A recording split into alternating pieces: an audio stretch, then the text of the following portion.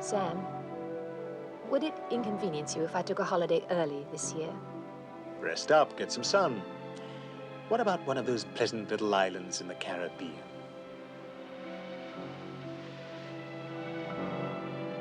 Goodbye, Richard.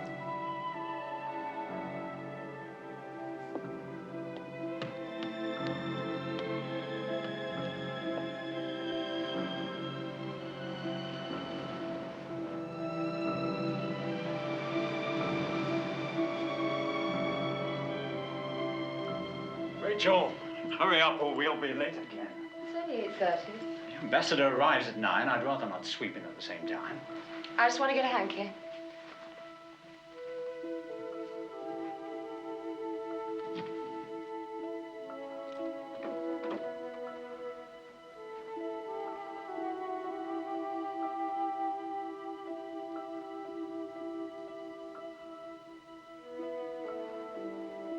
Can I help you? Mrs. Farrow's out of town for 2 weeks. No, I'm sorry, Mr. Patterson, but I have instructions not to give out that information. Do you want her to call you? No. Rachel! Coming!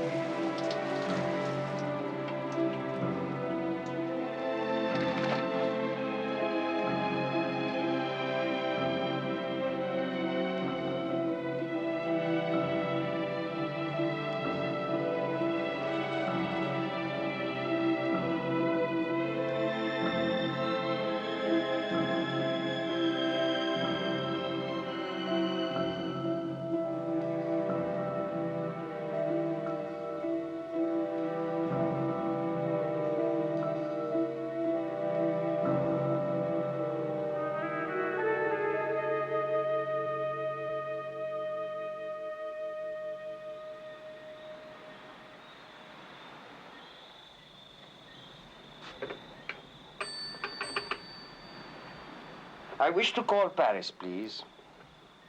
306-4353. Extension 211. Yes? Good evening, Comrade Sverdlov. Extremely well, thank you. And you, comrade? Are you enjoying your vacation? Well, it is somewhat dull, but certainly restful. If there is no pressing business, I shall be back on the 14th as planned. There's nothing pressing, Comrade Sverdlov. But should the situation change, I will, of course, call you at once. Thank you, comrade. Good night.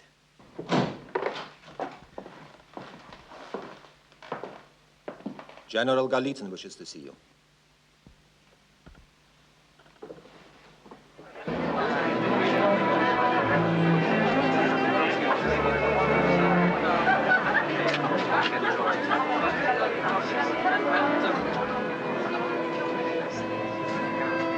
How's your time next week, Richard? How about lunch at the club? Yes, maybe Tuesday. I could drop Rachel off and meet you. I'll check my schedule. Have my secretary call you. Tomorrow. Bye-bye, my dear. Now, you take good care of her, Richard. She needs someone to stand up for her. He's such a cold-blooded swine. I wish I'd had someone to stand up for me.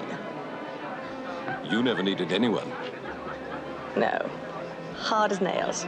Well, you did that for me at least. Good evening, sir. Good evening. Madam. Excuse me. Who's that man? McLeod? He works with Jack Loader. Oh, that frightful man.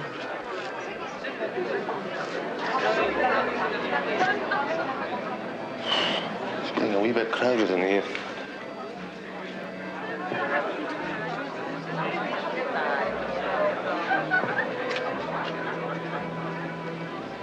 Get rid of this for me, will you?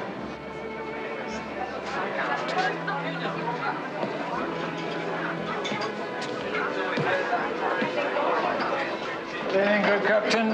Good evening. Mrs. Patterson. Good evening, Mr. Loder. Enjoying yourselves? Very much, thank you. Good. I don't like that man. Very few do, but he wasn't picked because of his personality. In the final analysis, it's results that count. If you consider our lead policy... Excuse me, Colonel. Jack. Can I have a word with you? Will you excuse me, please? All right, Jack. What's on your mind? General Golitsyn arrived without Sverdlov. And so far, Sverdlov hasn't shown up. Yes, I know. He wasn't at the Belgians last Tuesday either. I was going to call you at the office tomorrow. Where the hell is he? What's up? He's out of France. On a vacation, we assume. Oh. Well, if you gave us a bit more information, we might be able to assume something for ourselves. Sorry. It really looks like a vacation, nothing more. He's in Barbados. Barbados? They never go anywhere for a holiday except home. He must be up to something. Setting up a rocket base. The Caribbean could just be a blind. Maybe Sverdlov's been recalled. Unlikely. Maybe Golitsyn's being moved up. No, too old. Too rigid. If Sverdlov's pulling out, then his replacement is already here. And we don't know who that is. It's going to be very pretty, isn't it? I'm willing to bet there is no replacement. Sverdlov's on a holiday. But we're keeping a close check.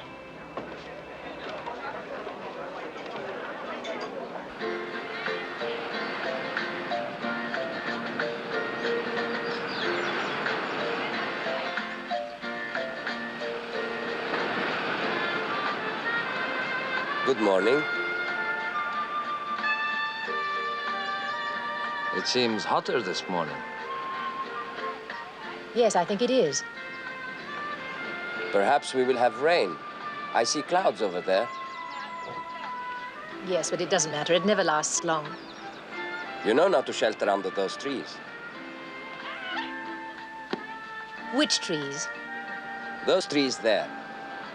They have a curious name. I can't pronounce it. But if the rains come and you stand beneath them, the water will burn your skin. They are very poisonous. Someone should have told you about it. Well, I'm afraid I haven't given anyone much chance. Yes, you have remained very much to yourself since your arrival. Being neighbors, I could not help but notice. I also came here to get away from people. You are English? Yes. Feodor Sverdlov. How do you do? I'm Judith Farrow. Say, Al, she said. Was that his name now?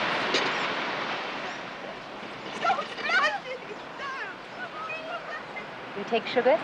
Yes, 3 spoons, please. What do you do at the embassy? I am a military attaché. I work with General Golitsyn. You? No. Does his name mean anything to you? No, should it? Well, he's been in Paris for nearly 3 years. You said you know Paris. I know someone who works there. I used to go over there sometimes for the weekend and stay with friends. I don't mix in embassy circles. Yes, they're not very exciting. Always the same faces. I would have remembered you if I'd seen you. Do you work in London? Yes, I'm a personal assistant to a man called Sam Nielsen. He's with the Home Office. Yes, I know him. Would you like a Russian cigarette? No, thank you. I promise you it isn't drugged. Well, even if it was, you'd have to find some other way. I don't smoke. If I go away and leave you in peace, would you have dinner with me? Yes, if you like. It would be very pleasant for me. 8 o'clock? I'll wait for you by the bar.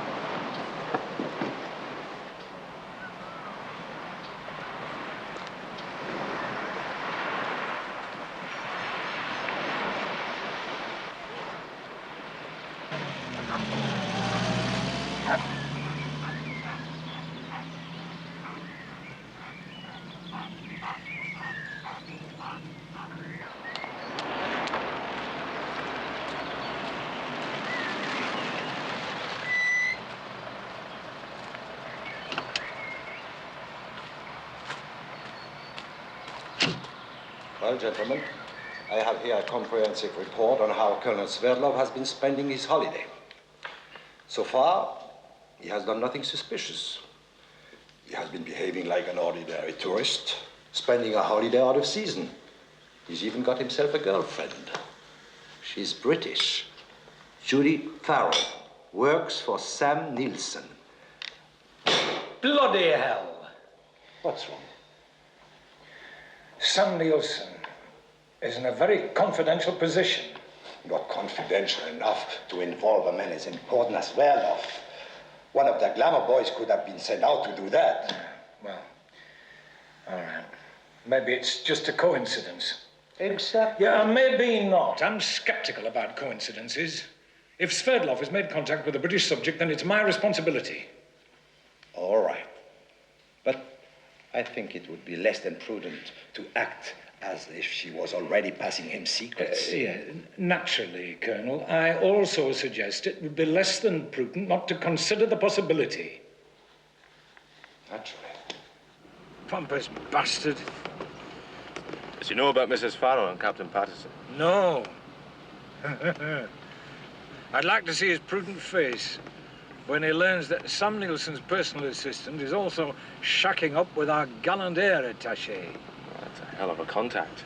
Aye. For a chance like that, the Russians had bloody swum to Barbados.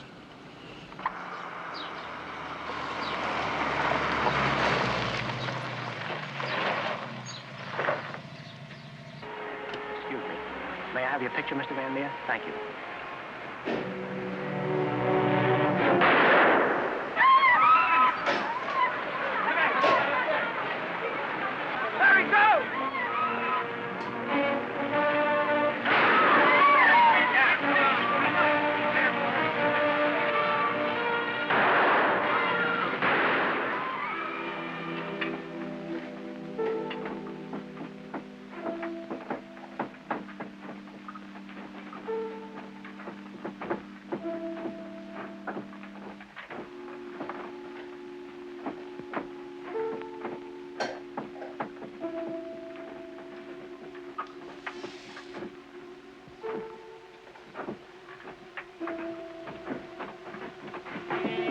Sorry I'm late. Oh, that's okay. I've been here long myself. Had a meeting with the Colonel today. Confidential? No. Nothing your husband won't know all about by tomorrow. Well? You know, we were talking about Patterson, Mrs. Farrow. Uh-huh. And she went to Barbados. Apparently, she met Feodor Sverdlov there. And they're worried she might be passing on classified information.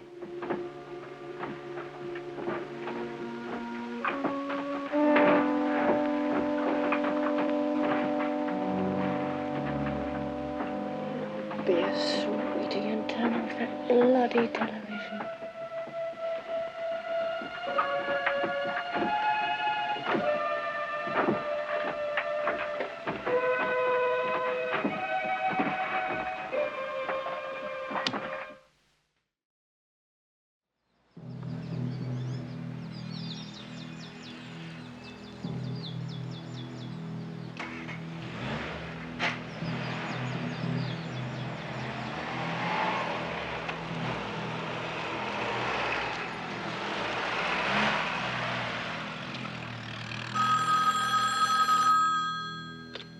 Good morning. Oh, good morning, Commissioner. Just thought I'd bring you up to date on Mrs. Farrow and Mr. Sverdlov. Oh, nothing very new. They continued to see each other. The last 2 nights they had dinner together, and as usual went for an early morning swim. But so far, she has not invited him into her bed. We made a reservation for him tonight at the Colony Club, and this morning he took her to the Bridgetown Museum.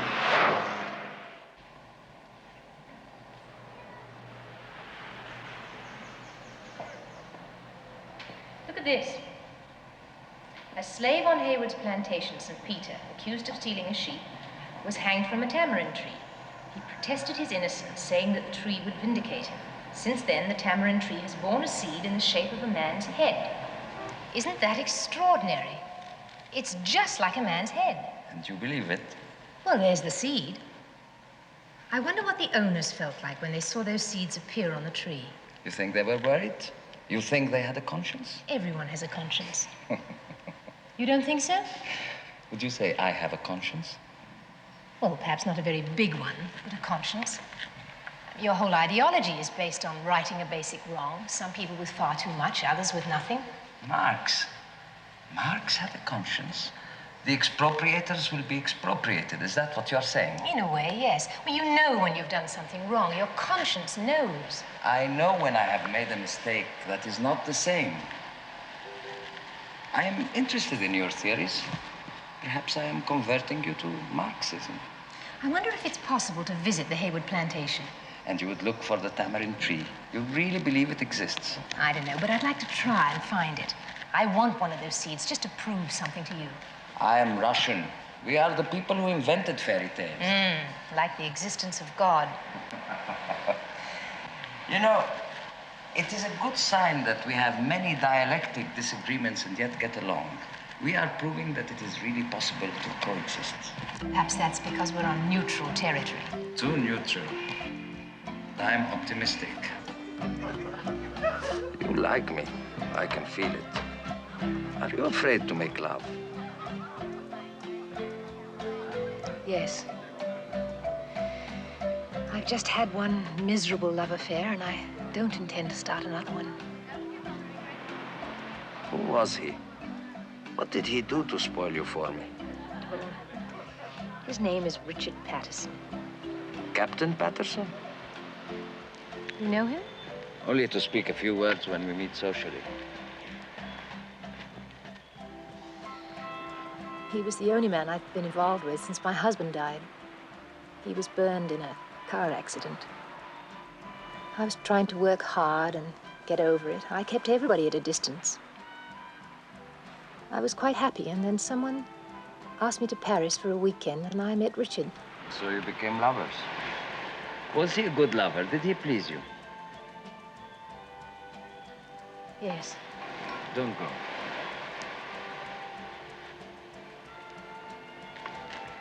Then why did it all end? Oh, he said he and his wife were separated, that he was going to ask her for a divorce. As it turned out, he never even considered it. She's going to have a baby in a few months. So while he was loving you, he was reconciled to his wife. And in her bed as well. And you can't forgive him for making a fool of you. I don't want to talk about it anymore. I am nearly finished. The worst thing about Captain Patterson is that he is really very dull.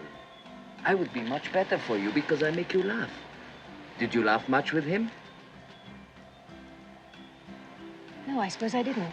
Much too serious, too intense. I find it hard to take these things as a joke, and so I don't think you would be better for me. Oh, I said nothing about a joke. Laughter is a very serious business. One should be happy in love, and laughter confirms the love and the happiness.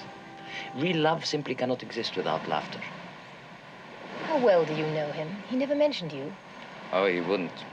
He doesn't encourage friendships without people it might hurt his career, like divorcing his wife. Couldn't you tell that it was the most important thing for him? Obviously not. That is because you are a sentimentalist. You believe in innocent slaves and miraculous tamarind seeds. Anything else wrong with me? Oh, I didn't say it was wrong. In a woman, I think it is very nice. I have a wife at home. She is a very good judge of everything. She knows exactly what is right and what is not right. She draws a line so. On this side is the Soviet Union and the party. They are right. On the other side is the capitalist world. Wrong. I am telling you about my wife now, so that you don't say afterward, you are married, you never told me. There won't be any afterward. No, probably not now. I must go back to Paris in a few days. Please don't go. I would like to talk about myself a little bit, if you don't mind. You may be asked questions about me when you go back. By whom? Your intelligence people. What will you tell them? To mind their own business. Will you stop trying to hold my hand? You don't trust me? No, you said you wanted to talk. Yes, but please let me hold your hand. I am afraid of the darkness. Well, everybody is afraid of something. You came here to run away from your love affair. I came here because Well, because I had nothing to run away from. Do you understand that? No. What does it mean? I have a good career. I have a wife who is a famous specialist. She is young and nice looking. I belong to a great country and a great socialist movement which one day will be accepted by the whole world. God forbid. How could he if he doesn't exist? Now, don't interrupt me. I am playing at capitalism and counting my assets. I am healthy, and I can have women when I want them, except for you. But I don't want women except for you. I don't want to see my wife. I don't feel anything for the socialist revolution anymore. What do I do about this? Has this holiday helped at all?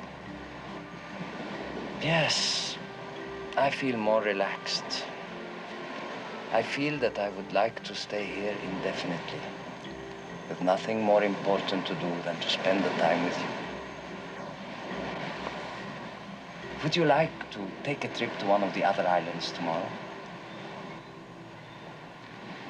I'd like to think about it. Now I really must go in. Thank you for a lovely evening.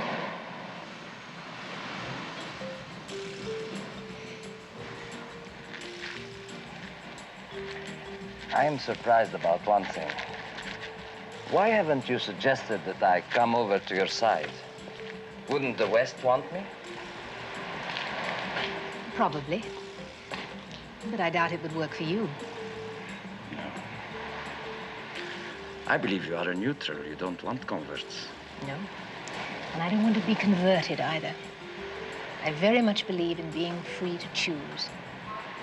You know something? You have forgotten about the group captain, isn't that so? Tomorrow, I think I'd like to go and look for that tamarind tree. All right. What will you say if we don't find it? What will you say if we do? Good night.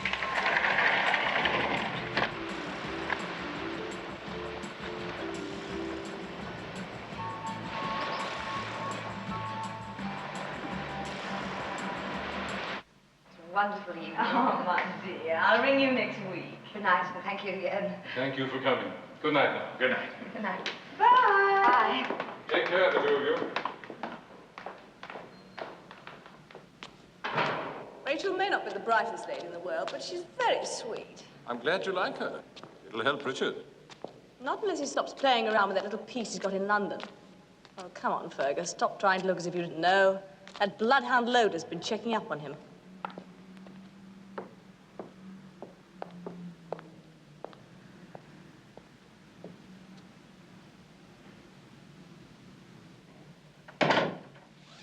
Who told you that? The children's holidays will be starting in 10 days. They'll be needing some more pocket money.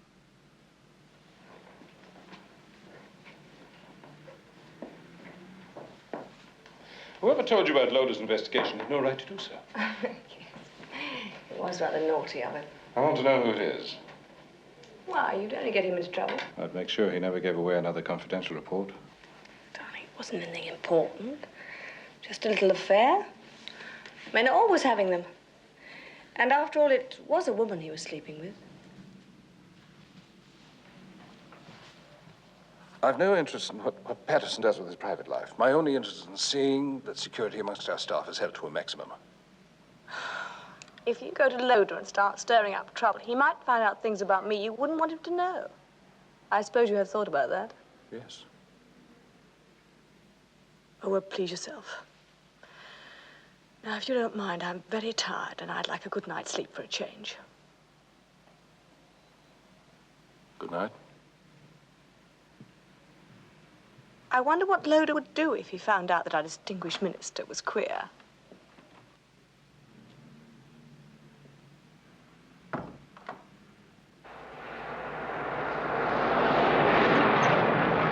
How can an intelligent woman like you even think of such nonsense? Shall I tell you the truth? There was no tamarind tree. There was no innocent slave. There is no force outside this world which gives justice to the weak. There is nothing but man. And his standards are not consistent. One year you are right about a certain thing, the next year it has become a crime. The truth is there are no standards, only expediencies. That's the most cynical statement I've ever heard. What would happen if you talked like that at home? It would depend. 2 years ago it would have caused no comment, but the wind changes, the weather vane turns. That is what ideology is. A weather vane which is subject to the wind of expediency or of whim. There was an empress of Russia who made it high treason to wear pink. Did you know that? It was her favorite color. Some people in your Western world feel the same about someone with a red tie. None of it makes sense. In a way, that is the glory of materialism. It teaches you in the end to despise everything that is material. And leaves you nothing of value. Survival. That is the only end worth living for. To live, because afterward there is nothing, no reward for the good, no punishment for the evil. I don't believe that. If you simplify it, it's just absolute selfishness, and I don't think that makes anybody happy. You think I am selfish? Well, no, you philosophize one way and you act another. Basically, you're a very kind, generous man. Kind and generous to you, perhaps. Well, perhaps because I hope to get something out of it. I see, thanks. You believe me. You are very gullible. Your group captain told you he loved you and you believed him. I tell you I do something because I want to go to bed with you and you believe me. We are both liars. How are you going to survive if you can't tell the difference between one lie and another? I'm really worried about you. I asked you not to keep mentioning Richard. I should never have told you about him. It was very stupid of me. You don't know how charming it is to find an intelligent woman who does stupid things. Tell me something. Are you as sad about your lover as you were when we first met?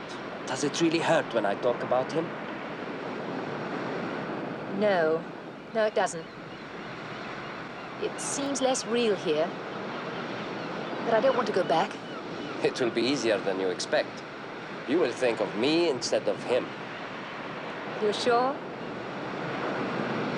We will meet in London, if we are very discreet. She's booked on a flight due back Friday. She obviously likes him, but if it takes going to bed with her to recruit her, so far he hasn't succeeded. It's possible his trip to Barbados is just a coincidence. Oh, it's possible. But you don't think very likely. I think it's best to be very careful. Thank you. You know, she's Sam Nielsen's assistant, and she's Group Captain Patterson's mistress. I thought the affair with Patterson was finished. If Comrade Sverdlov persuades her to go over, I don't think she'll have much trouble starting it up again. You think there's a chance she might go over? Sir, my line of business has taught me three things. No one's to be trusted, nothing is to be believed, and anyone is capable of doing anything. You know, about 3 years ago, Mrs. Farrow lost her husband in a car crash.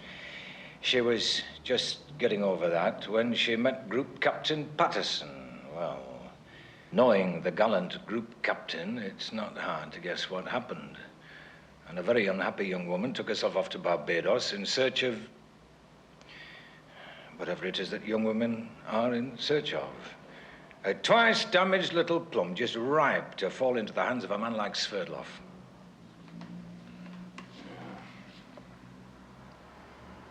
My wife knows you've been investigating Patterson and Mrs. Farrow. She wouldn't tell me who told her. Well, I'll have to look into that. It's a man. A security leak like that could be dangerous. Oh, yes, of course. Well, you can count on my discretion, sir. Thank you, Mr. Loder. Perhaps we could have dinner some evening. Oh, yes, sir. I'd like that very much, thank you. I'll call you. Right, fine, sir. Thank you. I'll look forward to that.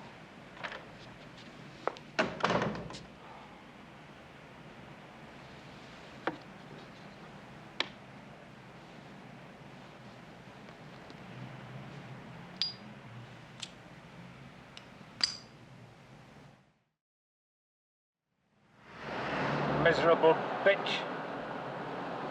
There's not many men who'd have told me that. Yeah, I suppose so. I've given him my word that I'll handle this as discreetly as possible. Of You course. understand? Aye. Whoever it is that's sleeping with his wife and passing confidential information is liable to find himself in serious trouble if he's not careful. Aye. Who do you think it is?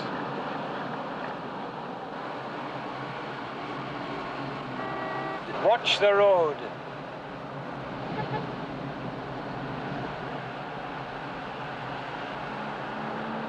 How long have you known? Not long. I swear You on tell the lady you won't be seeing her anymore and keep your trap shut. Or I'll have your bloody head on a stick, you understand? Yes, sir.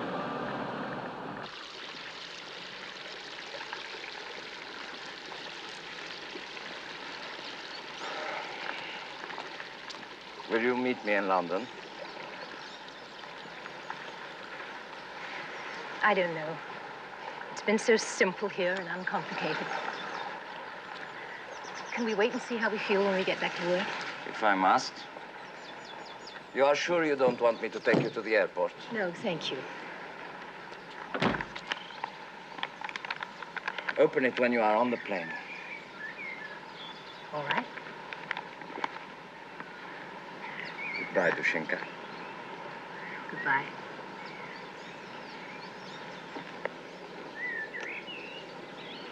Thank you.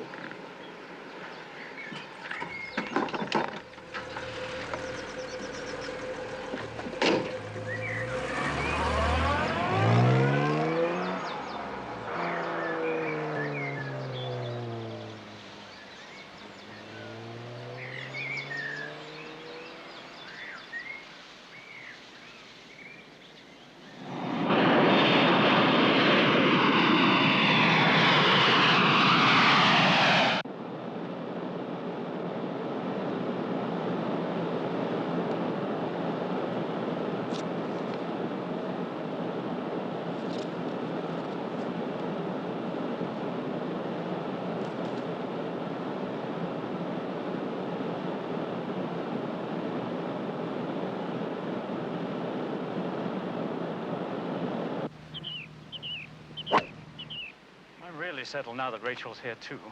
She loves Paris. Everyone's been so kind to her, especially your wife. Rachel adores her. Margaret's very fond of Rachel. I had a couple of postings myself when Margaret couldn't join me, and I remember I got very lonely and rather bored, especially in the evenings. I expect you did too. When you first arrived. Yes, it was hellish lonely. And also, to be honest, things were uncertain between Rachel and me at that time. She didn't want to be uprooted from England, and I cared about this posting too much to give it up. I'm afraid I made rather a fool of myself.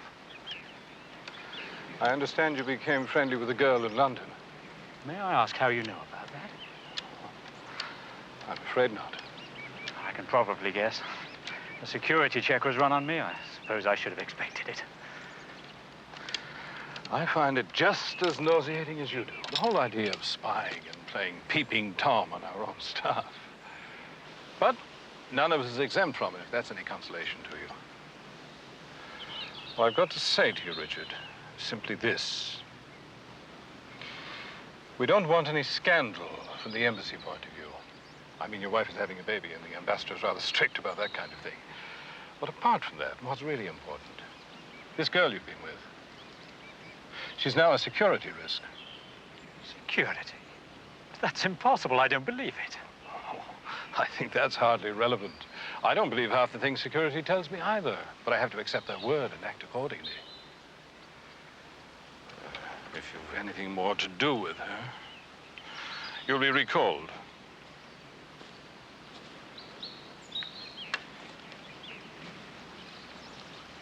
I have to have your assurance. Nothing in writing, just your word. Of course, I'll never see her or communicate with her again. We had, in fact, broken off about 3 weeks ago. Well, I hope this unpleasantness hasn't ruined your game.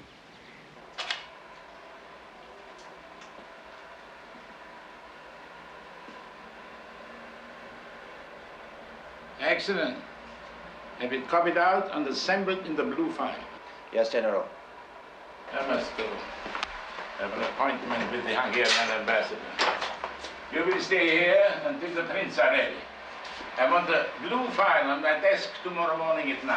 Yes, General.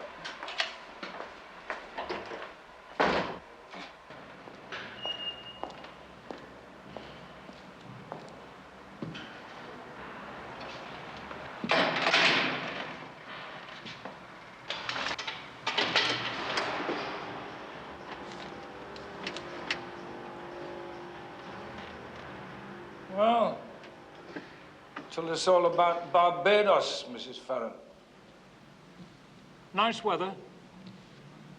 Yes, marvelous. Meet anyone interesting? You know very well that I did.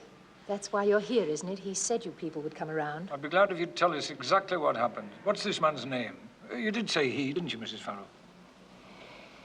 His name is Feodor Sverdlov, and he's a military attaché at the Soviet embassy. Did he make friends with anyone else beside you? No, we spent the time together. As far as I know, he didn't speak to anyone else. Sounds as if you got on very well. Yes, I like him very much. You don't say. You know how well we got on, and I'm sure you know exactly when we went swimming and where we went to dinner and what we ate. So why don't you just get to the point? The point, Mrs. Farrow, is that you can't expect to pick up a senior Soviet official like Colonel Sverdlov and not set the cat among the pigeons. Oh, I've done nothing wrong. I mean, I met a man staying at the same hotel. I liked his company, and I presume he liked mine. You work for a man in a very important position.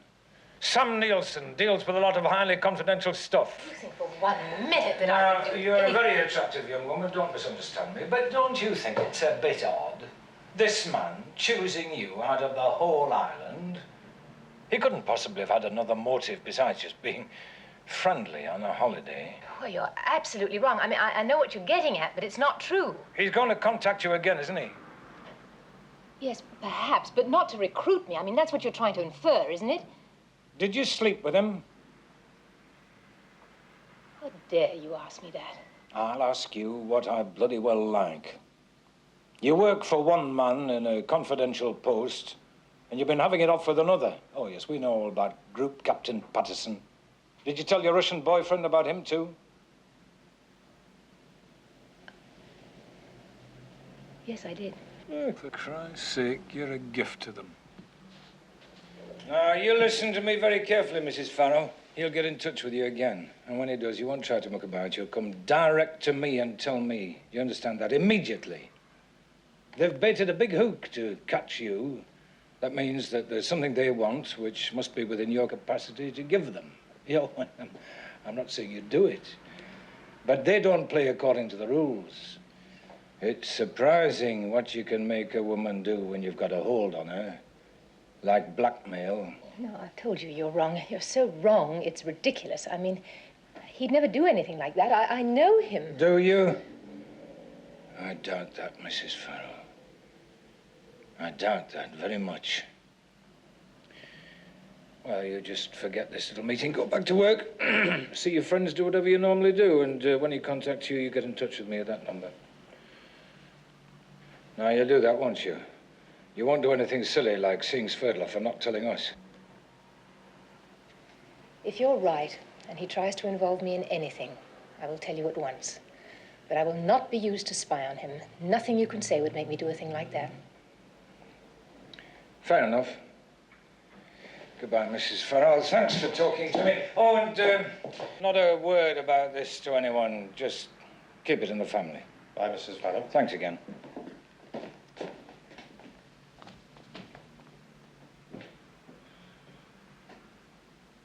She put up quite an argument, didn't she? Yes. I think we're too late. I think that bastard's got to her already. I wouldn't trust a bloody word she said.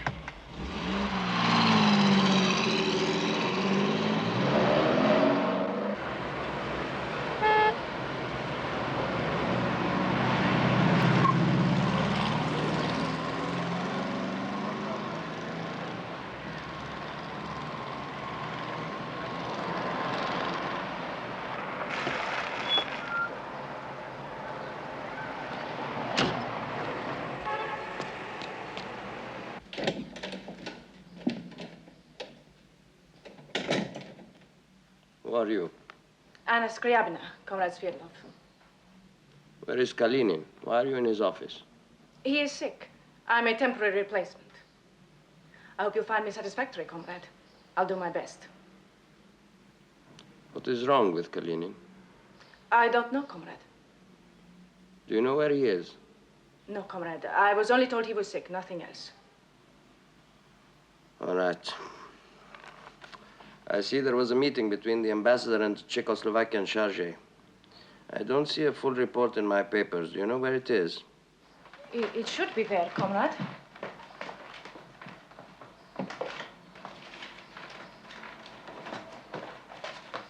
There is the report, comrade. I'm sorry it was not in its proper place. It is not a good policy to make a mistake on your first morning.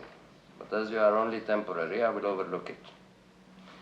I will call you when I need dictation. Please bring me some tea. Yes, comrade.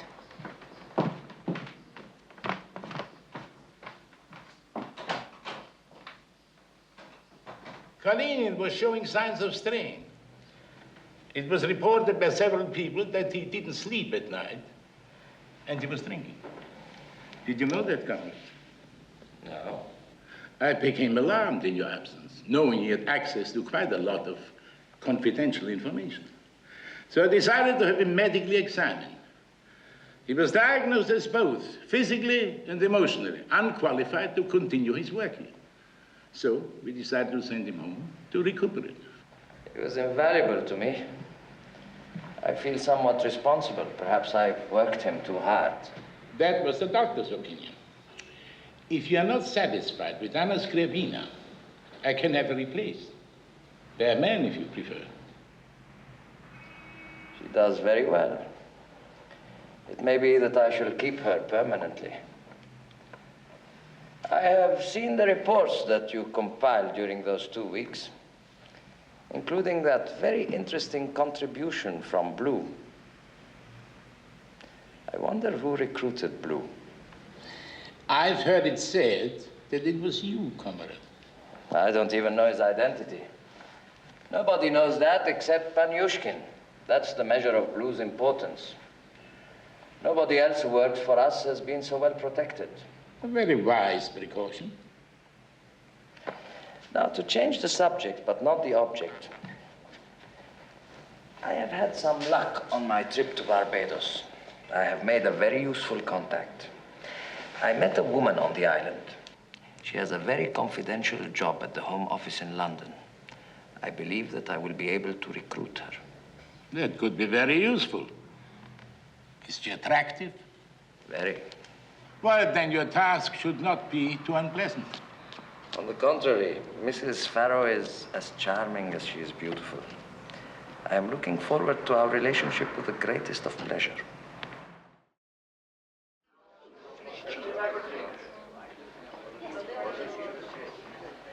Thank you. Would you like a drink? Yes, I would. What would you like? I think just a glass of white wine, please. And a vodka, please. You look different from when we were on the island. Very competent, very efficient. Is that a criticism? No. If I said I prefer you in a bikini, is that a criticism?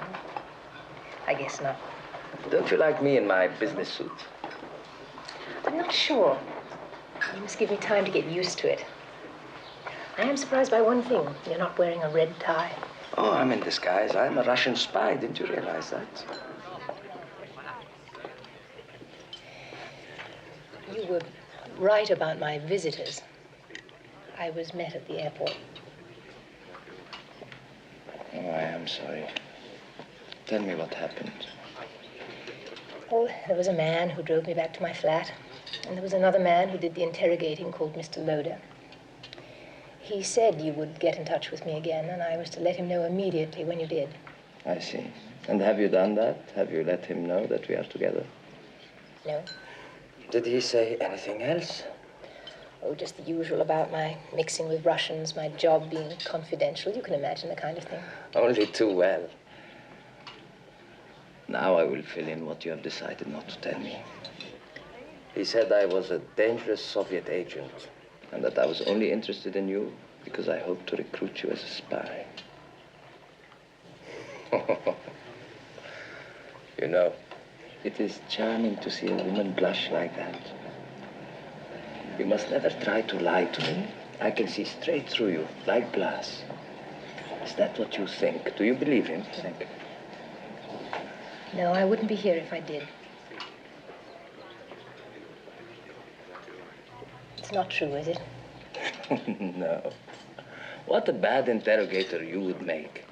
You stare into my eyes to see if I'm lying. Well, people can lie with their eyes. I am telling you the truth. I am not going to seduce you and persuade you or blackmail you into telling me what your Mr. Nielsen says to the Prime Minister.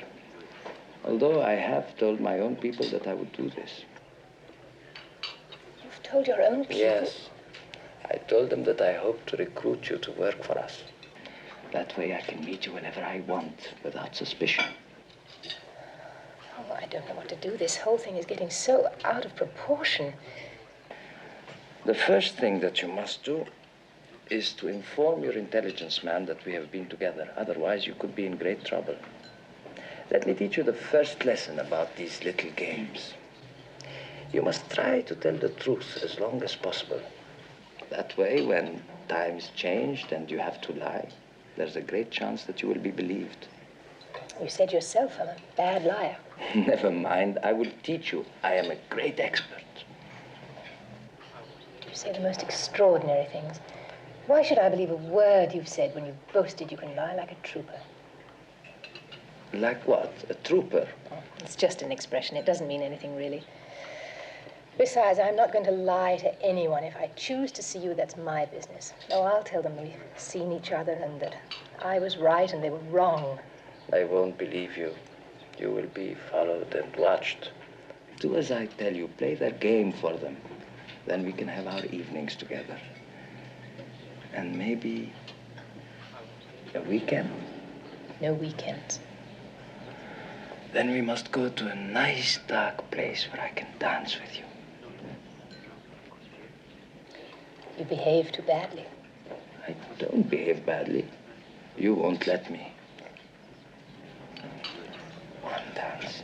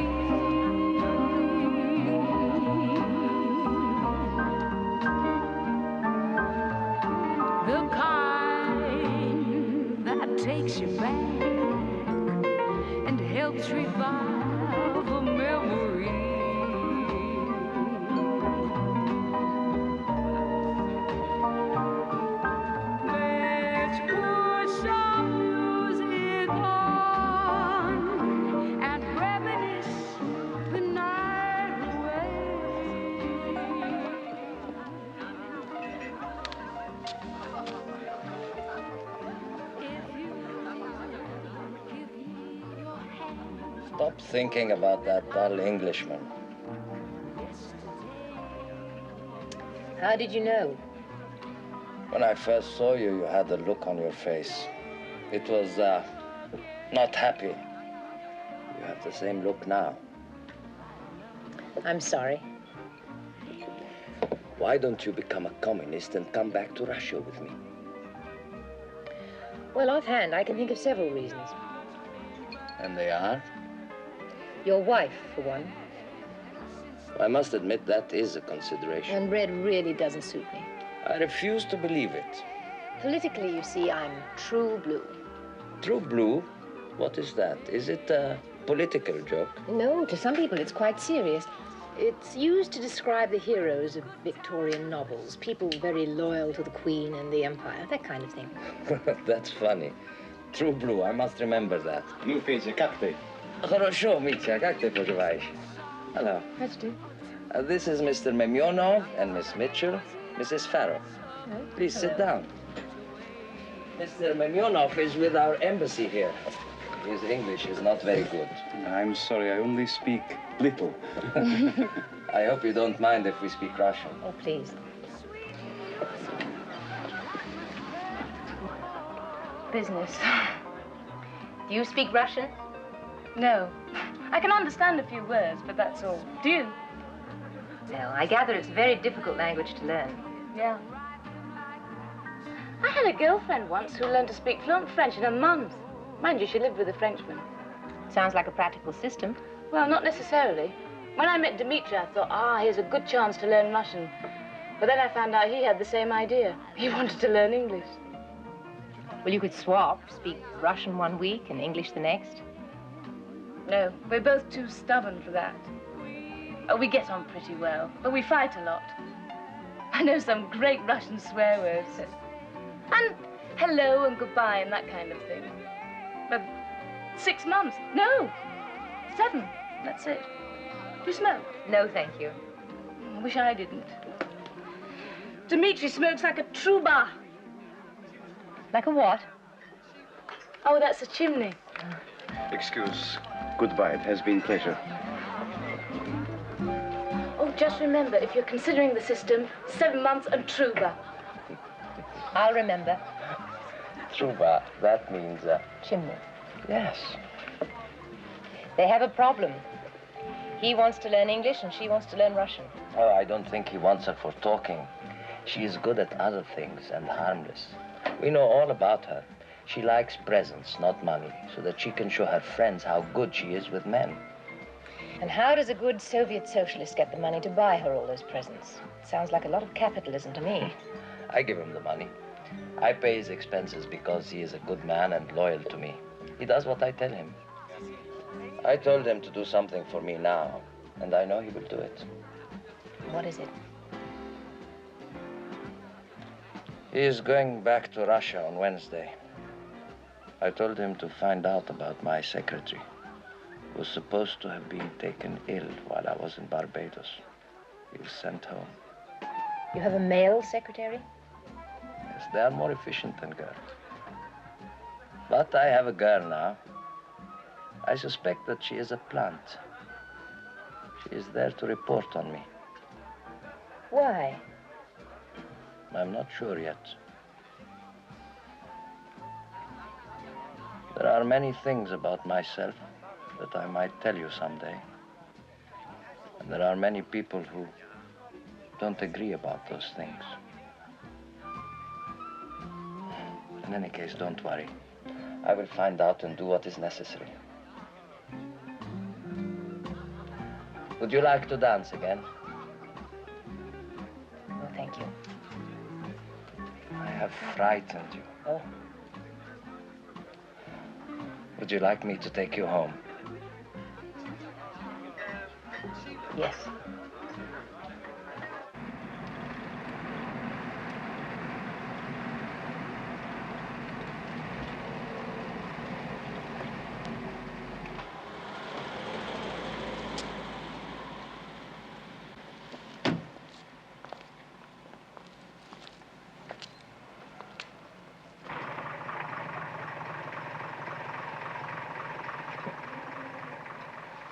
Feodor, listen to me a minute.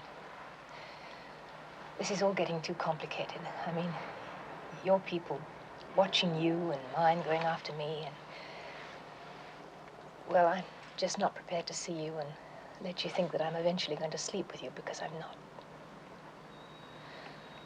You don't wish to see me again?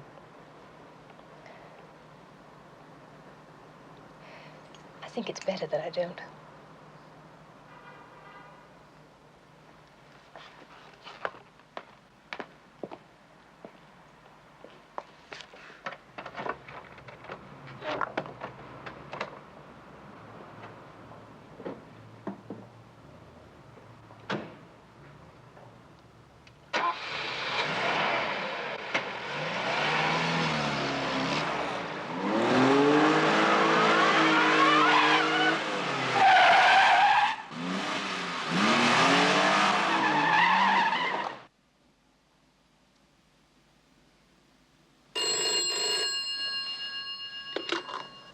Hello?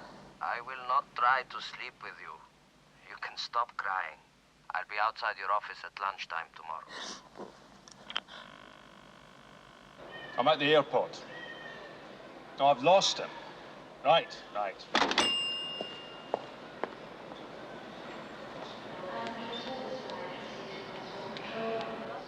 I find it quite revolting. You and that dreadful man lunching together. Has he found out? Has he told you who it is this time? He's never even mentioned your friend. I'm sure he'll do everything he can to protect you in every way. So you don't need to worry. Oh, I'm not worried. You're the one who should be worried. You're the one who looked the fool. Loder will never involve us in any sort of scandal. Whatever you may think of him, he's a decent man. I've got to know. I like him. Oh, really? Don't tell me, darling. He's not one of those.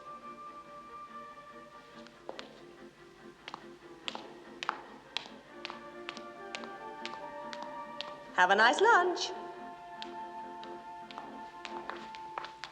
Et maintenant, information routière. Sur la Nationale 5, circulation normale de bout en bout. Ce qui n'est pas toujours le cas, comme les automobilistes le savent. À Paris, sur les boulevards périphériques, circulation dense mais assez rapide. Dans les quartiers avoisinant l'opéra, gros embouteillage. Et maintenant, revenons à la...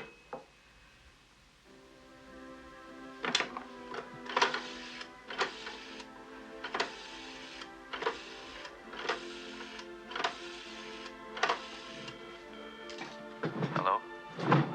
George? Yes? Don't give me any rubbish about not phoning you at the office. I haven't heard from you for nearly a week, and I demand an explanation. I suppose your boss has found out about us. Is that it? Aye, that's it. I gather we won't be seeing one another anymore. Right? Right.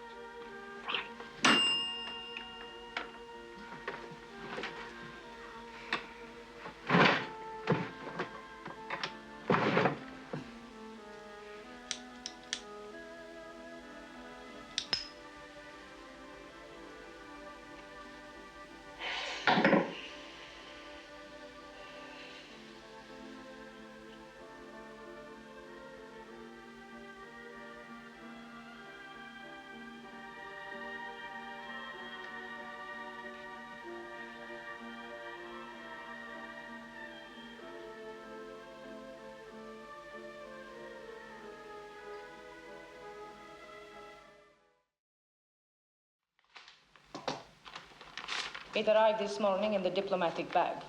It was a personal letter from Igor Tomarov, who had known him since his marriage and was a witness at the wedding. It enclosed the official document notifying him that his wife Elena had applied to the courts for a divorce. A short time later, Comrade Sverdlov instructed me to make arrangements for his flight to Moscow on Thursday, the 25th. Comrade Sverdlov then called Mrs. Farrow and made an appointment to meet her this afternoon in London. Look, if you don't love your wife and you want her to divorce you, then why are you going back to try and stop her? My wife is an important woman from an important family. If she divorces me, it would be politically very dangerous for me. Oh, I didn't realize you were so ambitious. I like to stay alive. You're joking. A little, but not completely. You see, after Stalin, people stopped talking about annihilating one half of the world as a way of spreading communism. There was more freedom, more moderation. I worked for that. I believed in it, and I still do. But now a lot of Elena's father's disciples are in power, and they are trying to change things back to the old ways. Then why don't you get out? Why don't you just get off the plane in Europe and disappear? Because I am a Russian, and I don't want to be exiled from my country. So I am going on Thursday. I hope to be back in 10 days or less, and then I will telephone you. The question is, how long will the bastard string her along before he tries to pull her in? This whole thing, I don't like the feel of it. It's dirty. You know, I can't help feeling sorry for her. Well, it's dirty, all right, but we didn't invent it, did we? And the consequences of a thing like this can be very big. Well, this morning, they've been on the phone from London. I've got to fly back. They're in a hell of a flap. I don't know, it could be for this. Think he'll be gone long? I shouldn't think so. Fly over, get briefs, come back again. Yeah.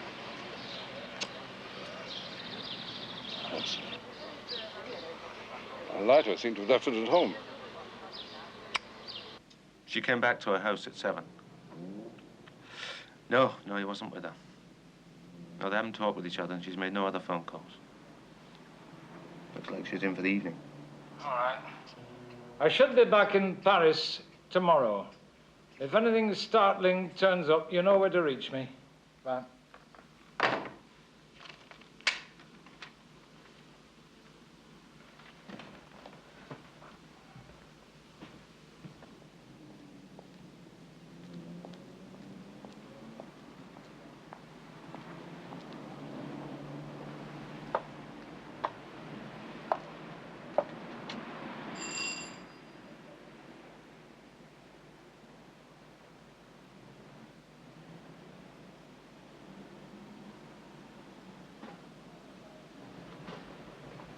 Who is it?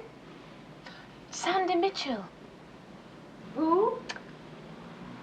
Truba.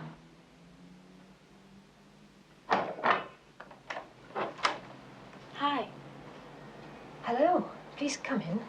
I'm sorry if I'm disturbing you. Not at all. But I got this call from Dmitri Menmyov.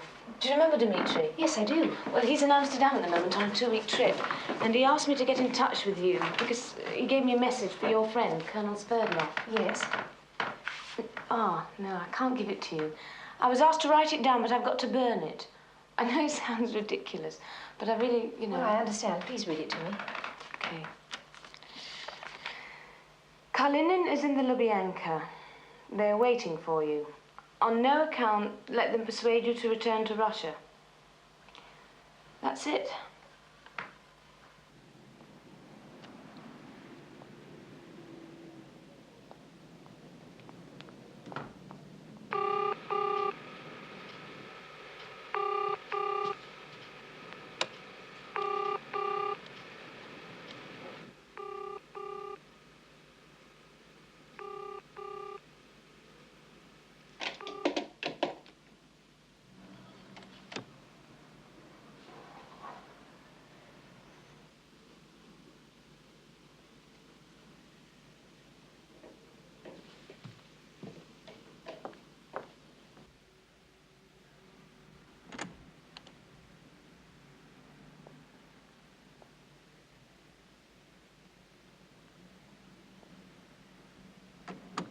Hope I'm not disturbing you. I seem to have lost something. Your lighter. You haven't seen it, have you?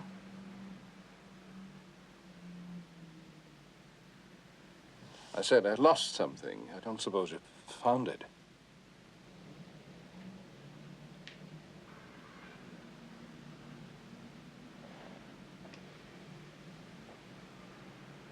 Looks like a lighter, doesn't it? Even has an inscription from your loving wife. Since I haven't loved you for years and I didn't give it to you in the first place, I was naturally rather curious. It took me quite a long while to work it out. I tried unscrewing it, so it's probably broken. So you won't be able to take any more photographs, will you?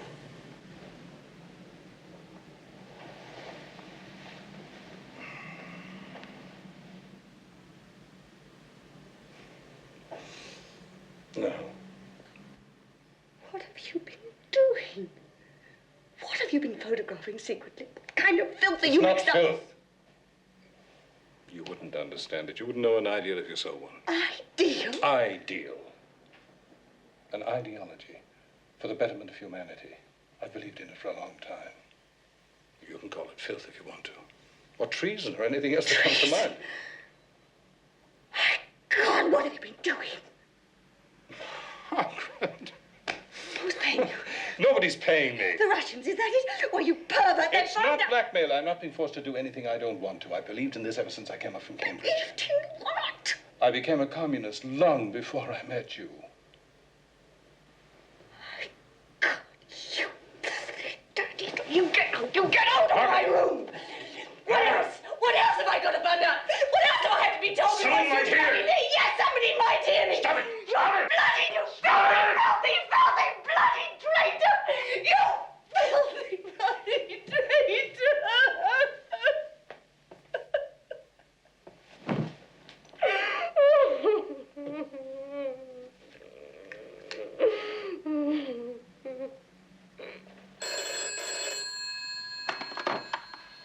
Dushinka. Oh, I've been trying to reach you for hours. Can you talk? Yes, but if it's something important, be careful. It's terribly important. I've had a message from your friend Dmitri Memenov. Careful.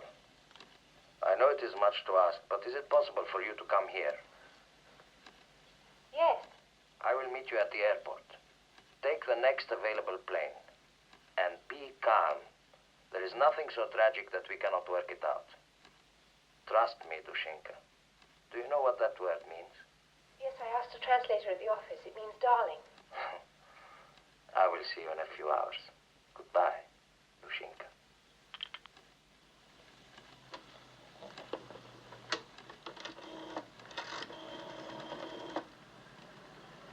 Check and see if Loda's on that plane yet.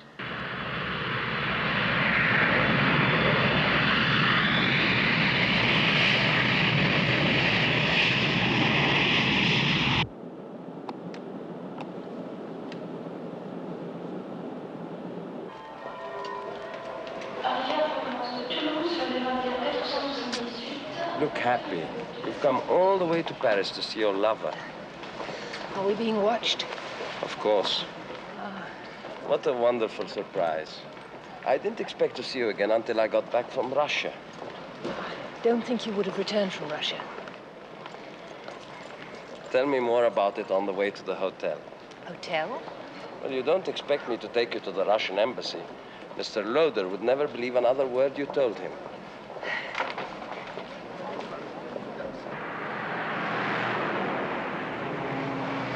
The message was, Kalinin is in the Lubyanka. They are waiting for you. On no account let them persuade you to return to Russia. Kalinin is my secretary. Are you sure about that? Are you sure it was the Lubyanka? Oh, yes. Lubyanka's a prison, isn't it? It is an interrogation center for the KGB. They took Kalinin over there to manufacture evidence against me. By now, they must have got it. So my old friend writes to me to persuade me to come back. And my own wife agrees to divorce me. You see, I have become corrupted.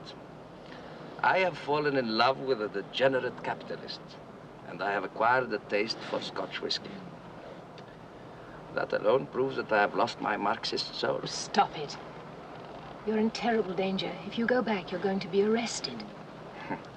I can cancel my trip and rebook for later. I can say that I have succeeded in recruiting you and that you have a tremendous secret for me.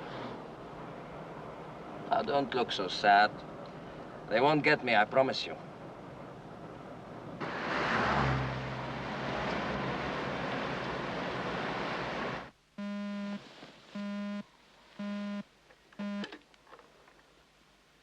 Yes? Richard, this is Judith.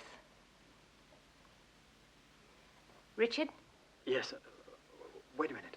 Let me get you another phone.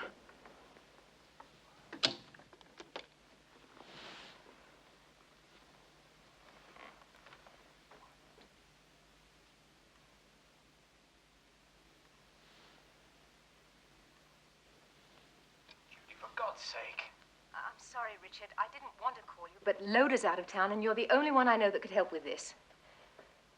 At the Raphael, 721. All right, I'll be there as soon as I can.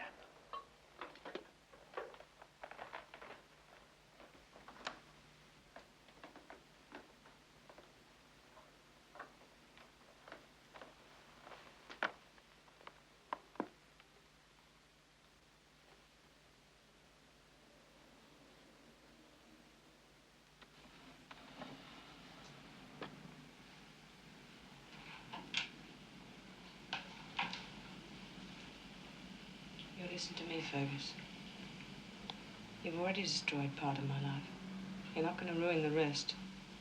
Oh, I remember you telling me about your sordid little boyfriend, your Cambridge love affair. Well, I put up with that. All that. And now with the children nearly grown, our future assured and all those boring postings finished, in line for a grade 1 embassy. Now you think you're going to ruin it all. Oh, I could destroy you. Don't think I wouldn't enjoy seeing you go to jail for the rest of your life. I'd enjoy seeing you hang. But I'm tied to you. So, you're not going to say anything about it? I spent my life helping your career. I want that embassy. I want it for myself, not you. And I'm going to get it. Because you're going to stop what you've been doing. You'll get caught. I caught you out. And that means you're getting careless. It won't be easy. But I promise I'll try. Oh, you'll do better than that. You'll do exactly as I say. By God, one way or another, Fergus, I'll destroy you.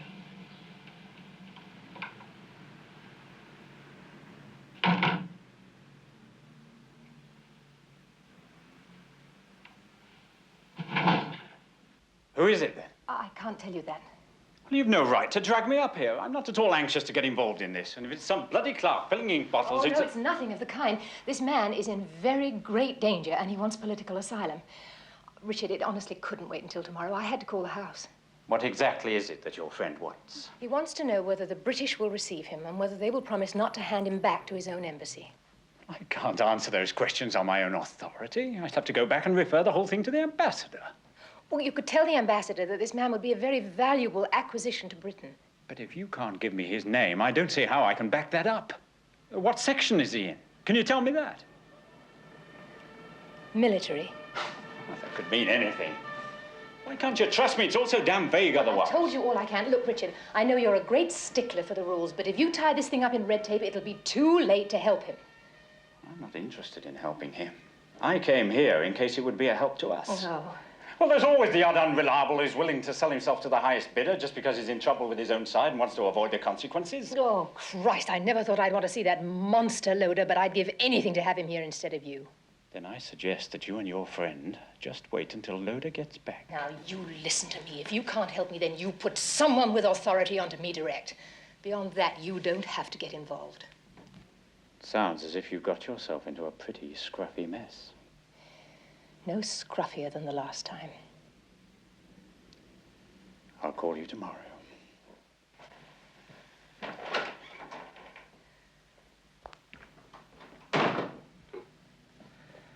He will go to his ambassador and say, "Sir, I have a most important Russian officer who wishes to come over to our side."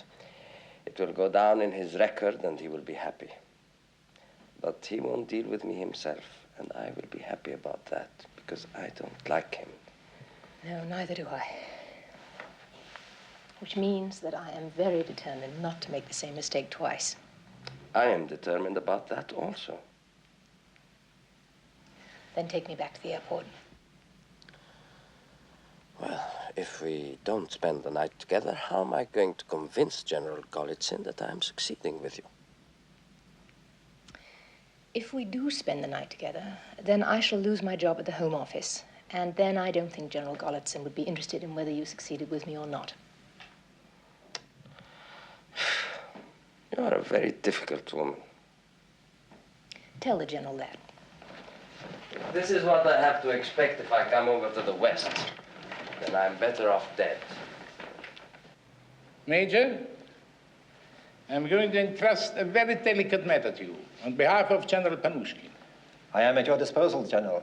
The orders come from Panushkin himself. I'm only following instructions. Pick two men whom you can trust completely. Trust as you would trust yourself, as I trust you. Have them watch Colonel Sverdlov. He is under suspicion from the Presidium. I am sorry to hear that. You will report to me and no one else. Panushkin has placed this matter in my hands. Sverdlov is due to return to Russia soon. If anything happens, to alert him before he goes, I shall hold you responsible, Major. You understand?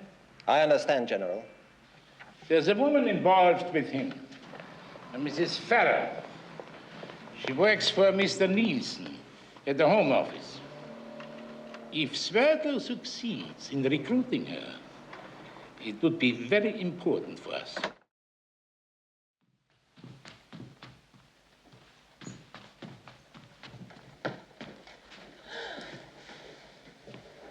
You wanted to see me, Mrs. Farrow?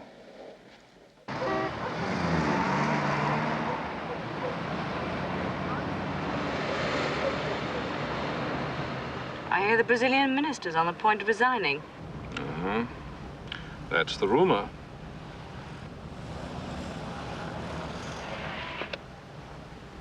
I imagine you find that sort of thing interesting. Not especially. Don't you pick up all these little scraps of gossip first so you can tell your friends? No. You just involve yourself in top-level stuff, I suppose. That's right. Listen, Fergus, I wasn't kidding. If you don't get out of this... What'll you do, Margaret? Turn me in? Ruin us both? I don't think so.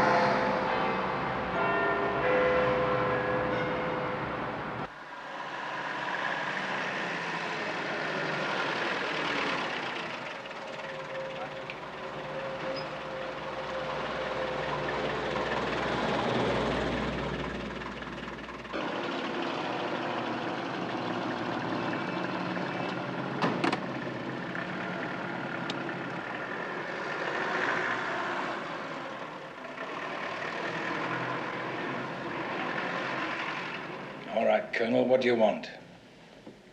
Political asylum. The usual guarantees, lifetime security, but not in England. Canada. Could I bother you for thank you very much. It's just gin and a drop of water. Well, that could present complications, Colonel. You could be a big embarrassment to Anglo-Soviet relations. I'm not coming empty-handed. No? What are you going to bring with you?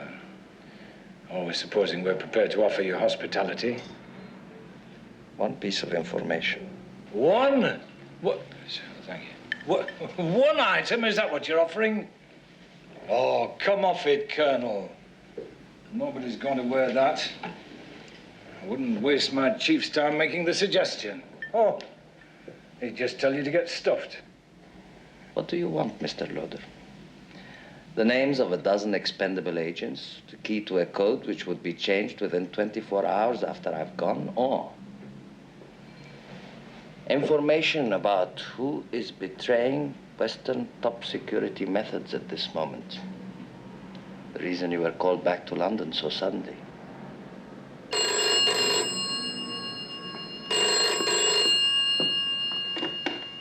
Hello? Yes. Mr. Loader?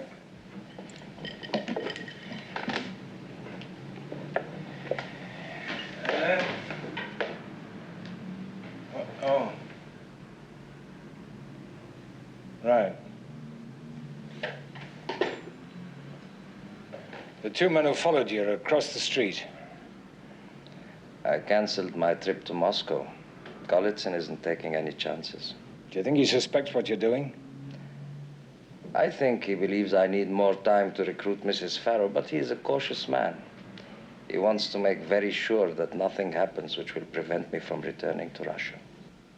Are you sure you can deliver?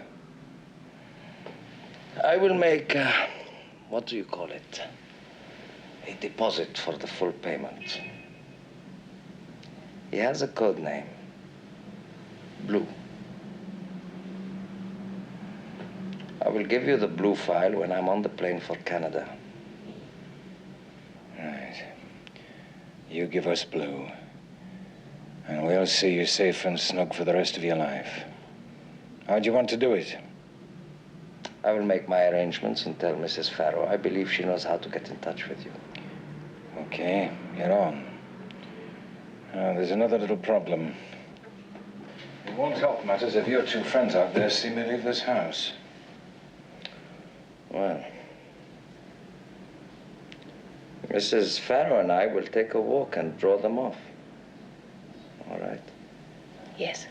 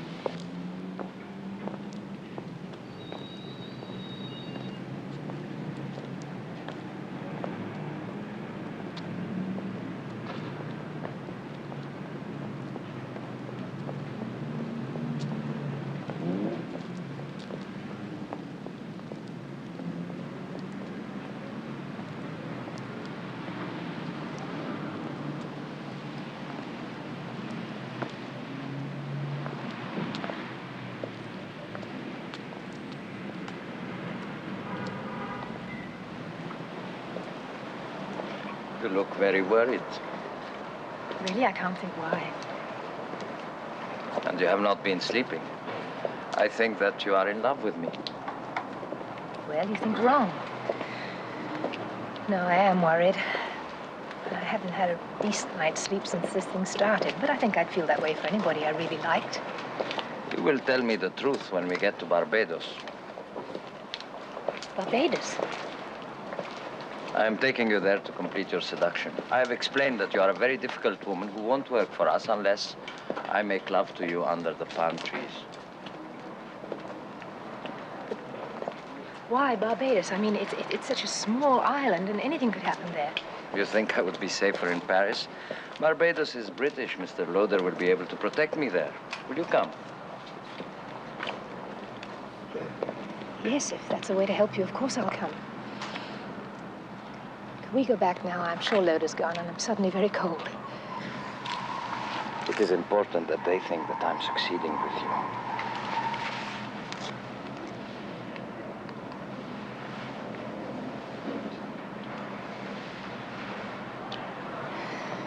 Well, that's taking unfair advantage. You knew I wouldn't stop you. I only know that you didn't kiss me as if you wanted me to stop.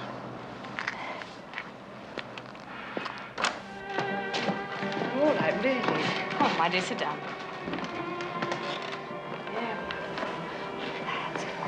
Put your feet up. You sure you don't want me to call Dr. Alton? No, It's all right, Richard. I'll look after her. Now, you and Fergus go back and tell the ambassador there's nothing to worry about.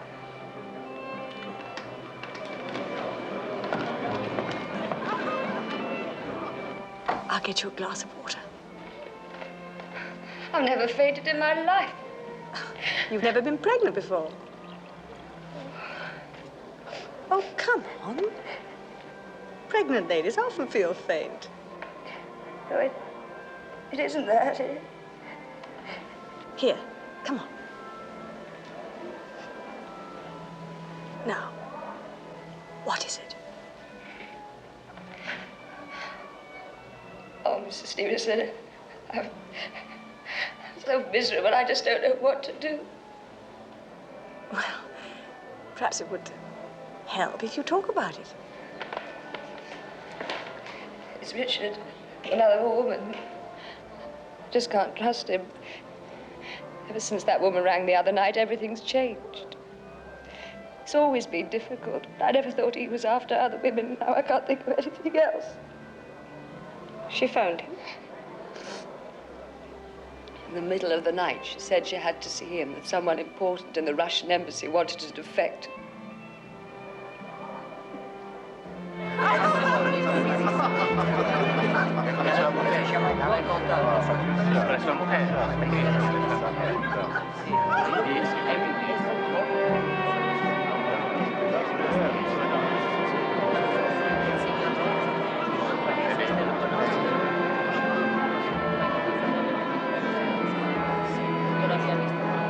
How is she? Oh, she's fine. She's just lying down.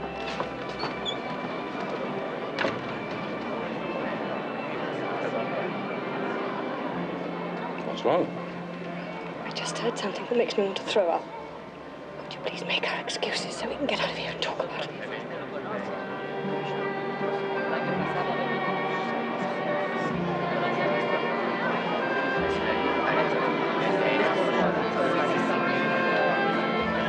What are you going to do? Have him stopped. Supposing he's already told them who you are? He hasn't. Might have been arrested by now if he had. These things take time. It could be weeks before he comes over. If you don't know who he is, how can you have him stopped? The woman who called Patterson about the defector was probably his former mistress, Judith Farrow. The English bitch who's been sleeping with the Russian. Colonel Feodor Sverdlov. There's nothing I can do about it until the morning. Why morning? I've just one means of communication, and it's only available to me during the day, between 9 and 5.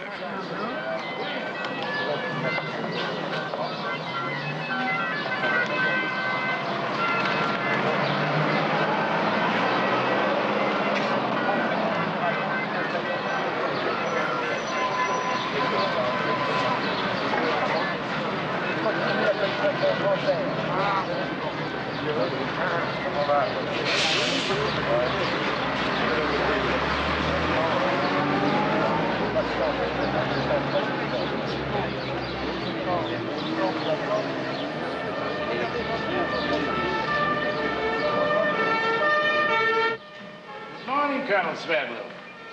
Good morning, General. Can I get you some tea, coffee? No, thank you. I have come to a crisis with Mrs. Farrow.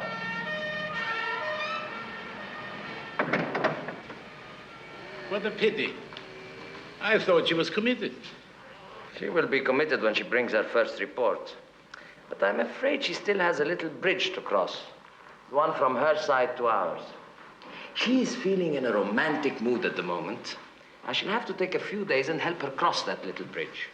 Well, as I remember, seduction can have its compensations. Another time I might enjoy it, but I have had to cable my wife and ask her to wait again. I understand. It's difficult to choose. I choose my duty. Of course. There is no question of which has the first priority. This woman has access to the most confidential report about everything Nielsen does at the Home Office. She could be one of our most important agents over here, perhaps as important as Blue. If I let her go now and take time to attend to my personal business, we could lose her. A few days to convince her that she is doing it for love, and then a controller can look after her for a week or two. Have you decided who is to take over in your absence? It might be dangerous to keep her uncontacted even for a few days. Do you have a man in mind? What about Gregory Stukalov? I will leave that to you. You and Stukalov will be responsible for keeping her while I'm away. If she likes Stukalov, then he can take over from me completely. But one should never hurry these things. Oh, patience is needed. I hope you'll be able to persuade Elena Maximova to forget about the divorce. She's a fine woman. It would be a pity to lose her. Oh, I don't intend to lose her. As soon as I have recruited Mrs. Farrow, I should be on my way to see my wife. If everything goes well, I should be seeing you in a few days. Good luck, Comrade.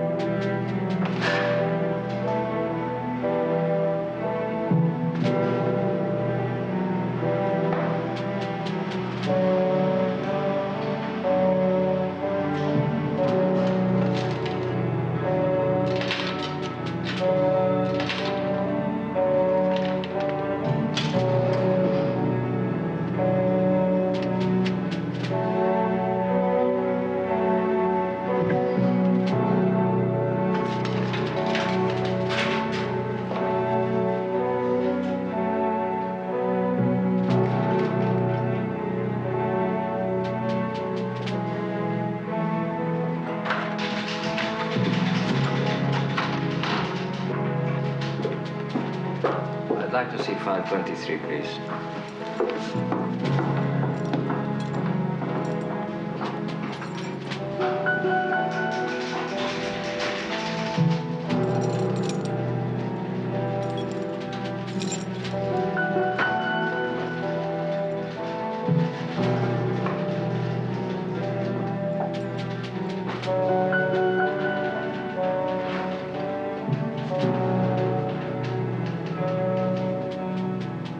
need to sign for it. I'm not taking anything out.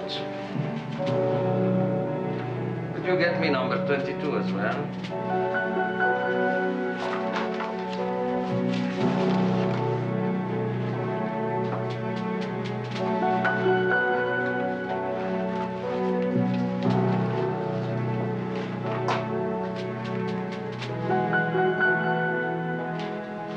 Thank you. Good morning, comrade.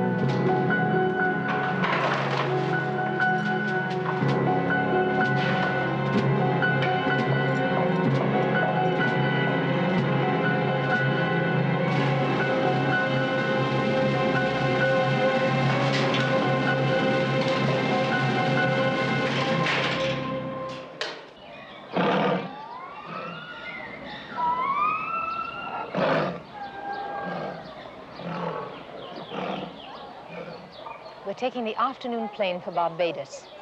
We'll be staying at the Beach Hotel, St. James. Well, he wants to get out as quickly as possible. Do you think you can make the arrangements in time? I'll bloody well have to, won't I? Is that all he said? Well, he'll have the documents with him. All right. I'll get him out of Barbados on the Saturday plane.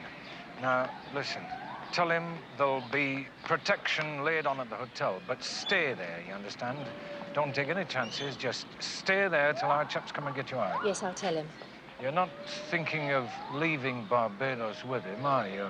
That's not on. I'm just warning you. I'm only going to Barbados because he needs me as an alibi. I've no intention of going on to Canada. Very glad to hear it. Yes, I thought you would be.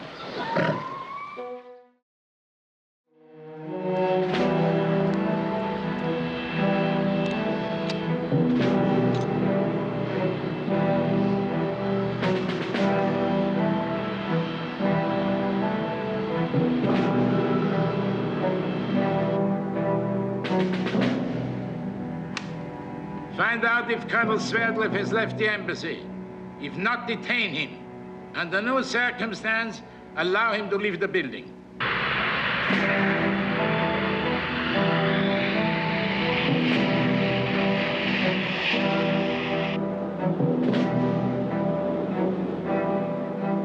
According to Blue, Sverdlov intends to defect.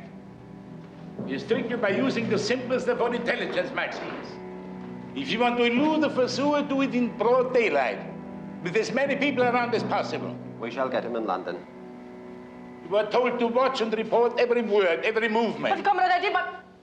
Get up.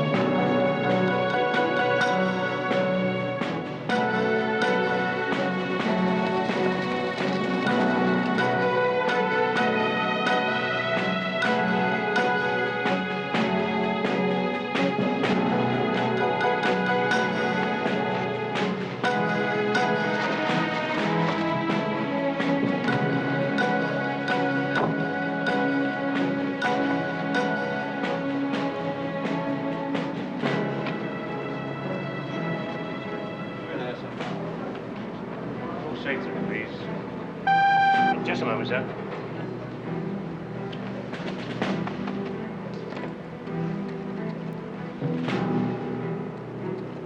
What's that? Oh, sir, looks like a gun to me. Hey, just a moment. Oh, that's quite all right, sir.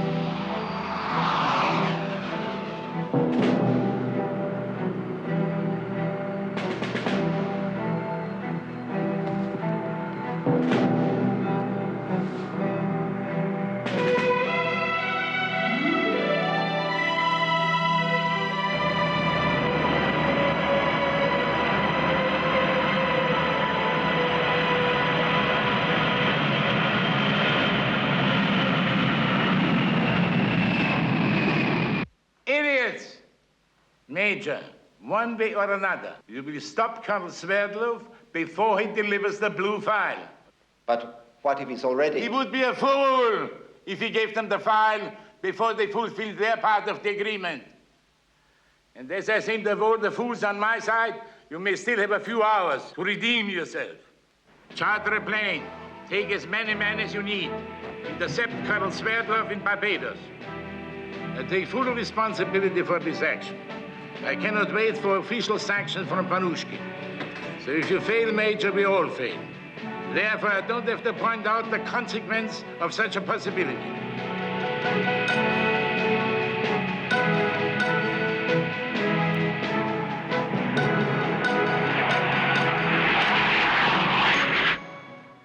They're both on the island under close security.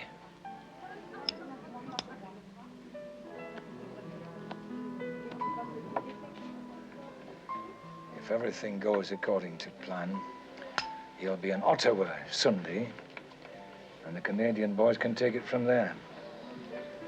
Congratulations. Wow. Normally, I hate doing business with his sort.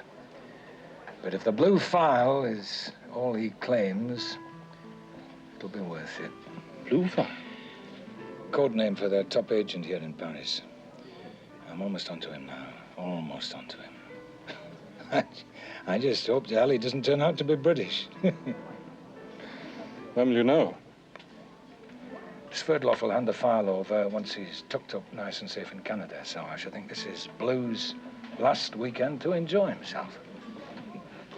To Blue's last weekend.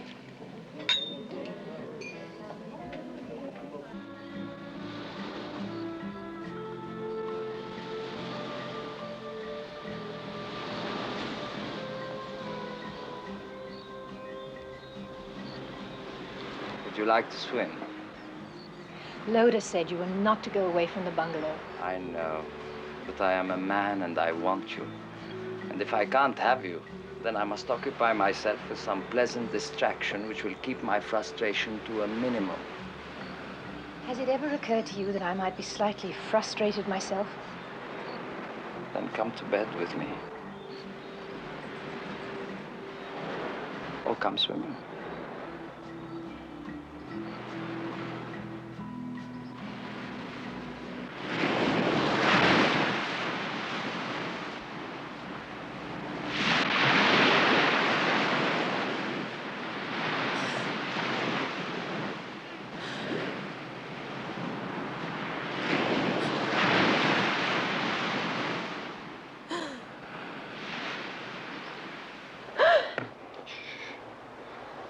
had a nightmare.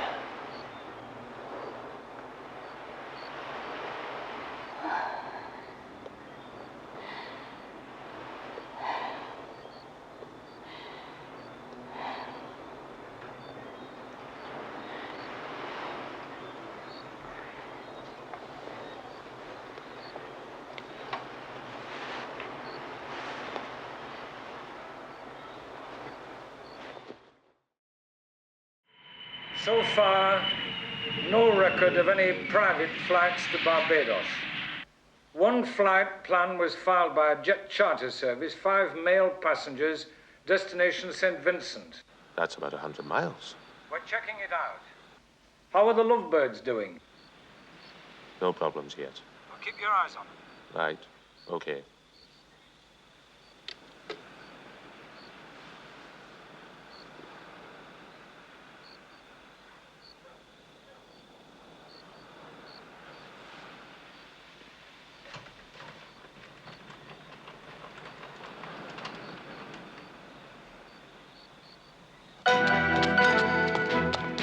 The man who chartered the flight lives in Paris and is a big dealer in foreign stamps. The other 4 men are listed on the company's board of directors. No one at the jet charter service felt there was anything unusual.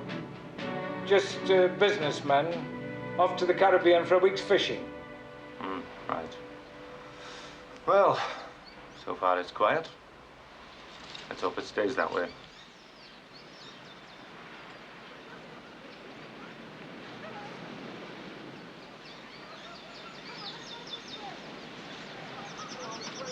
You know, you never talk about your husband. About your English lover, yes, but not your husband. Why not? I suppose because I feel guilty. Why guilty? What did you do? It's more what I didn't do. For the last 2 years, I wasn't in love with him. Was he unhappy? No, as a matter of fact, he was very happy. He enjoyed everything he did. He was a most uncomplicated man. At least, that's what I kept telling myself afterwards, so he couldn't possibly have realized how little contact we had. Life was just one big party, one big laugh non-stop. Come to think of it, it was hell on earth after the first year. If he hadn't been killed, I would have left him. Well, you won't be allowed to leave me. You are the most persistent man I have ever met. Let me ask you something. How do you feel about all this? Going into exile, running, hiding? Well, you see, I'm Russian, and we believe in fate.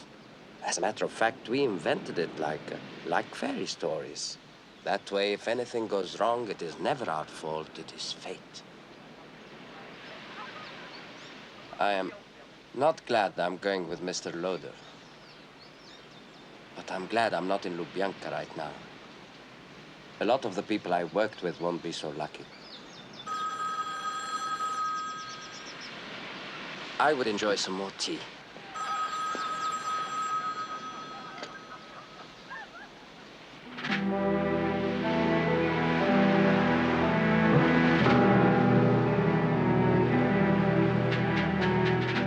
All right, thank you. That was Mr. McLeod. He reports that the plane will be here on time. We must leave for the airport at noon. I'm glad. There's a tea. Thank you. It's him. But I'm bungalow.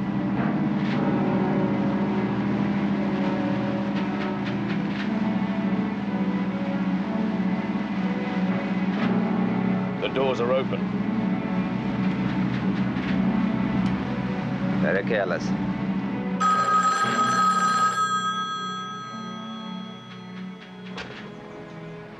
Yes? He won't stay in the bungalow. There's nothing I can do about it. He just won't. Well, he's going out in a few moments to swim. Oh, it's all right, Mrs. Farrow. Don't worry. We'll look after him.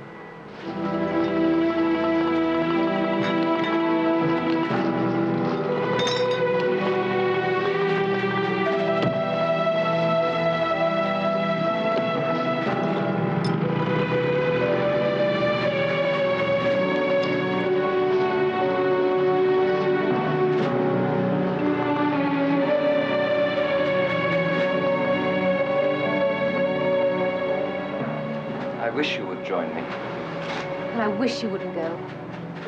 When I'm in Canada, Mr. Loder can treat me like a prisoner, but not before. Will you wait while I change? Of course.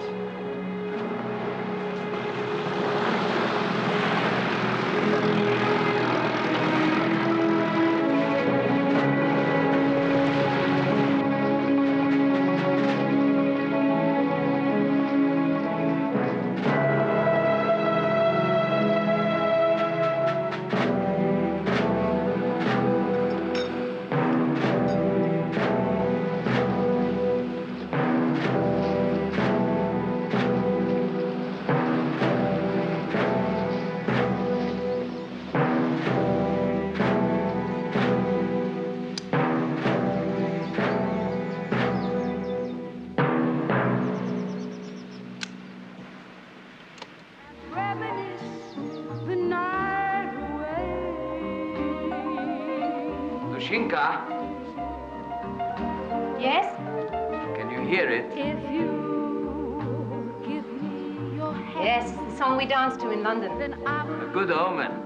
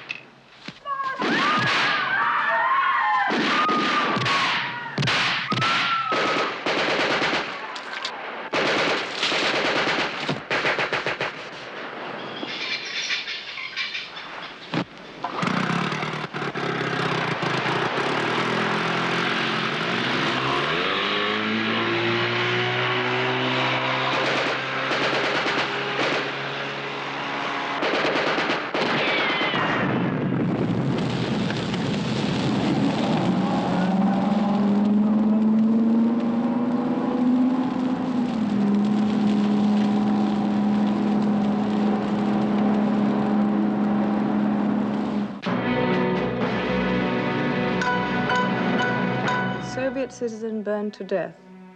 A Russian tourist registered as F.G. Sverdlov was the victim of a fire in the Bungalow Beach Hotel on the fashionable west coast of Barbados. Mrs. J. Farrow of London was rescued and was rushed to the hospital on the island. The cause of the fire is unknown, but it is thought to be due to an electrical fault.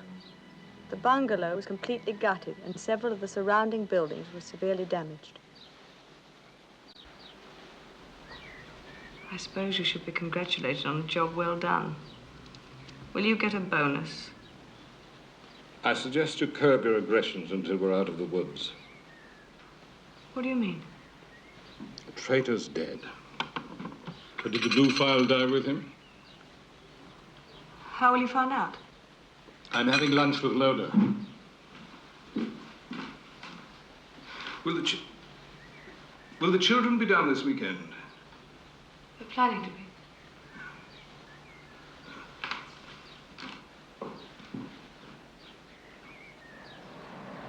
No, I blame myself entirely. It was a complete balls-up on my part.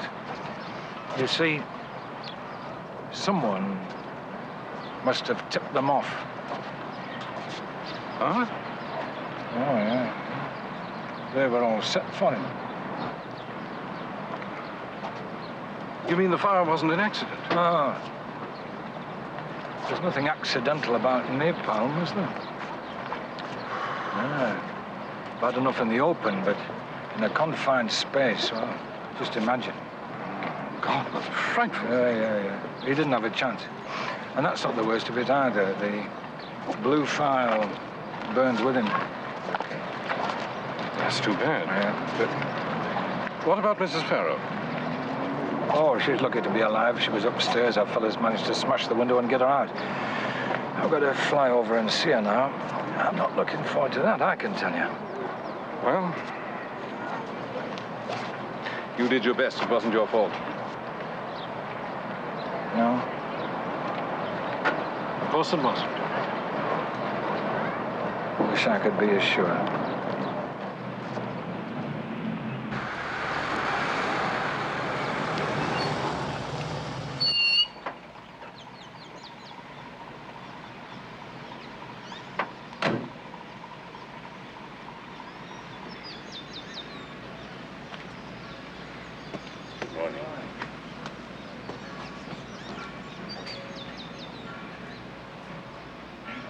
Could you tell me where I'd find Mrs. Farrow, please? She's on the lawn over there.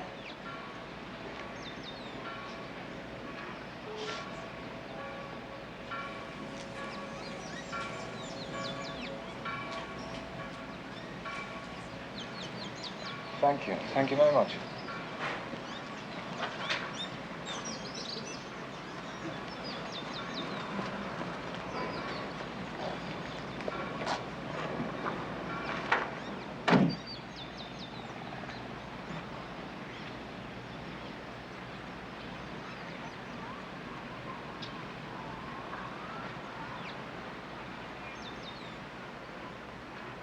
Hello, Mrs. Farrow.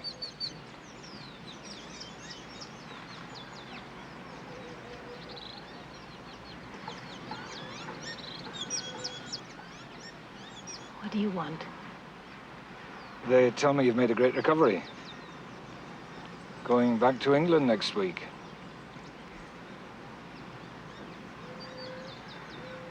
I'm bloody sorry the way things have turned out. Are you? Yes. For what it's worth. It's not worth much.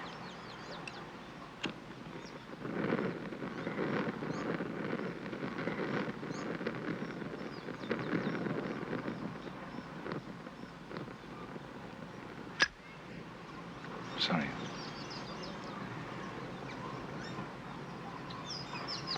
It wasn't any good, you know. Go away.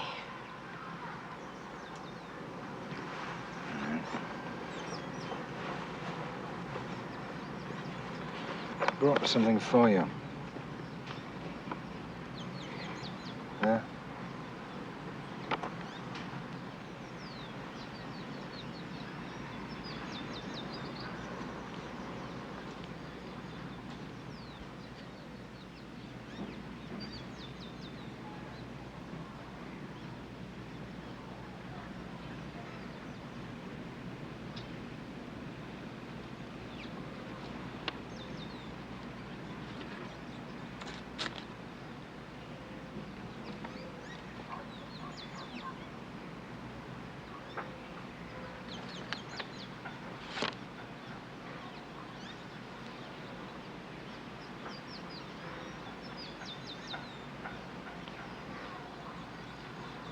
Where did you get this?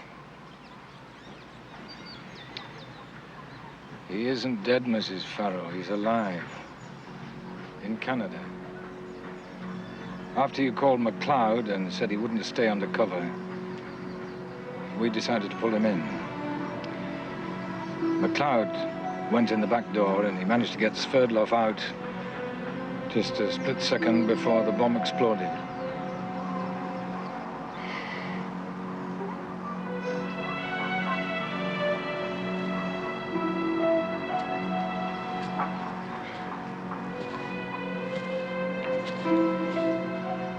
If you want to see him, it'll be arranged. Goodbye, Mrs. Farrow.